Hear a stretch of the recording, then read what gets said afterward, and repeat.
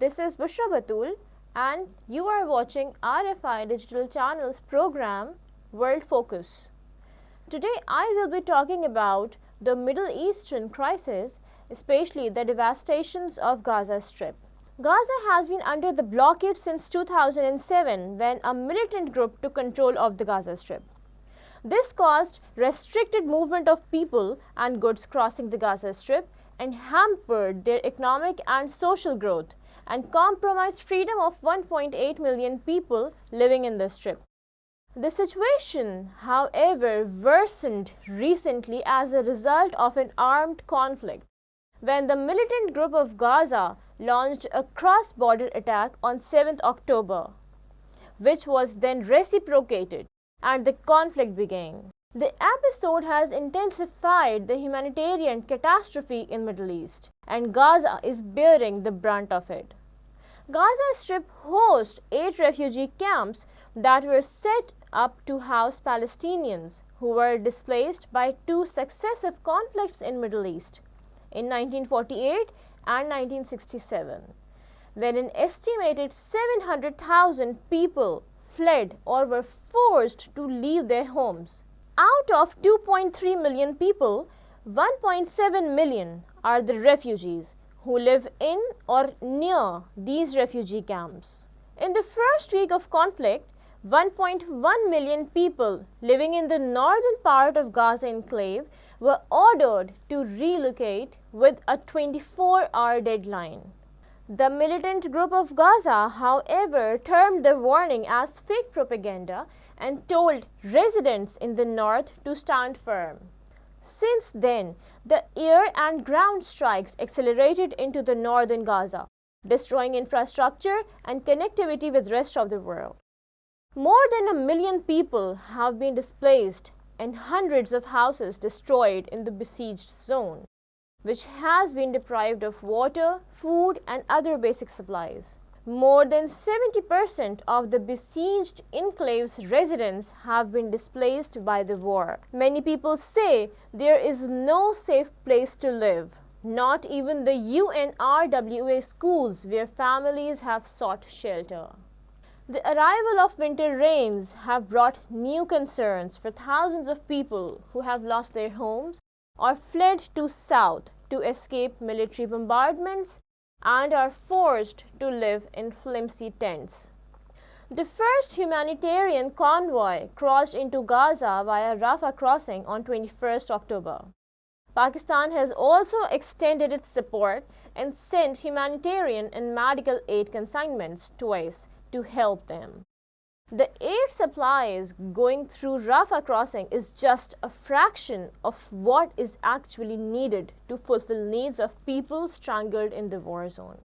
According to reports, 53 trucks carrying food, medicine, health supplies, bottled water, and blankets entered the Rafah crossing last Sunday, raising the total number of trucks entering Gaza since October 21 to 914 only, which is far below the required quantities to meet the needs of over 2 million people. According to the UN aid officials, at least 100 trucks a day should reach the besieged territory to meet basic needs of life. Prior to war, some 400 to 500 trucks carrying aid and other goods used to enter Gaza through various routes every day. Gaza is on continuous target of air raid. The Jabalia refugee camp has been struck multiple times. According to Gaza's government media office, almost 200 people were killed and at least 777 wounded and 120 went missing in the first 2 bombings of the Jabalia camp, in which 2 leaders of Gaza's militant group are claimed to be killed. The image shows before and after the air raid on Jabalia refugee camp, showing massive on-site destruction. Gaza's residents are grappling with shortage of food and water, while hospitals are overwhelmed amid bombing. Water and sanitation facilities, water wells, reservoirs, and pumping stations in Gaza have all been devastated as a result of the ongoing air strike, resulting in a serious water shortage. Water contamination in the Gaza Strip was already increasing number of kidney patients by 13 to 14% every year, and this situation could further exacerbate kidney diseases. The Red Crescent warned that infants in Gaza are also suffering from dehydration due to the interruption of baby formula under the current siege. Airstrikes have directly damaged thousands of health facilities and hospitals, killing numerous healthcare workers and destroyed ambulances. A vast number of displaced people, including pregnant women, injured people, and children, are sleeping on the streets. According to the UN Population Fund, around 50,000 pregnant women in Gaza are unable to get health care due to the attacks on multiple hospitals. If the electricity goes in a hospital, infants in incubators are in grave risk. Due to the shortage of body bags, people are storing dead bodies in ice cream trucks. On 1st of November, Rafah crossing opened for the first time in weeks to evacuate foreign nationals and severely injured people. Hundreds of foreign nationals and dozens of injured have passed through since the crossing began, facilitating limited evacuation on November 1. More than 20,000 wounded people are still trapped in the Gaza Strip, according to Doctors Without Borders, despite evacuation of foreign passport holders and badly injured patients across the border. So far, only foreign nationals living in Gaza are allowed to cross the border to the west. Many of them, having dual nationality or foreign passports, are forced to say goodbyes to their loved ones who are prevented to cross the border. A video of newlywed couple caught attention of social media who were separated at Rafah crossing is one such example.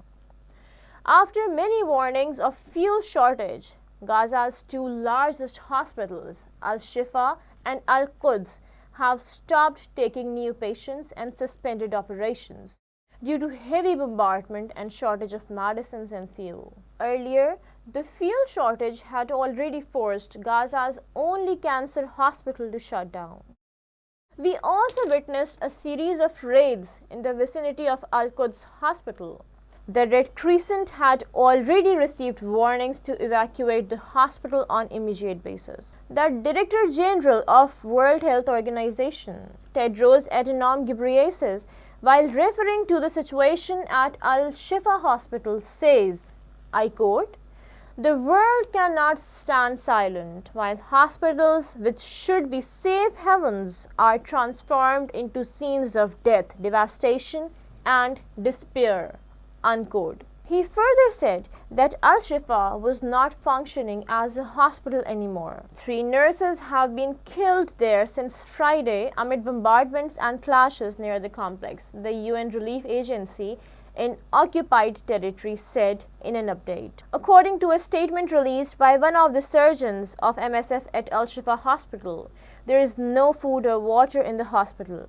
Ventilators are not functioning. There are many bodies lying in front of the hospital gate and ambulances sent to bring the patients are attacked. 12 patients, including 2 premature babies, have also died since the start of power outage, while critical infrastructure including the cardiovascular facility and maternity ward has been badly damaged, according to the UN agency.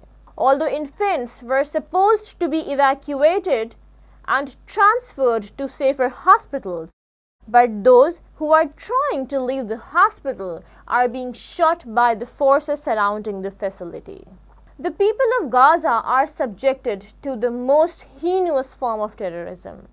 UN Rights Office says that attacks on Jabalia camp could be a war crime amid rising number of civilians killed in over a month-long war. Instead of limiting the fighting to the militant group, unarmed civilians are killed alike mercilessly. The condemnation of Muslim world against this aggression is meaningless to the people of besieged territory. It is past time to take serious actions against this aggression. Global hypocrisy about the situation in Middle East, particularly the West, is putting humanity to shame, as it appears that their claims of human rights and freedom are nothing more than a deception. Although it is claimed that the offensives launched in Gaza aim to eliminate the militant group, what we see is that Gaza is devastated. Bloodshed of innocents is seen all around. Residential buildings apart, hospitals are not spared and are blown to destruction. More than half of the 35 hospitals in Gaza are no longer operational amid heavy bombardment and ground operations in the enclave. The number of civilians killed has crossed the figure of 11,000 now. Two-thirds of them are women and minors, and thousands are injured. Many among them are at the brink of death. This is the genocide. The world is watching. The world is silent, particularly the Muslim world, who is unable to take any tangible action to control this calamity. This is all for today's session. See you next time. Until then, goodbye.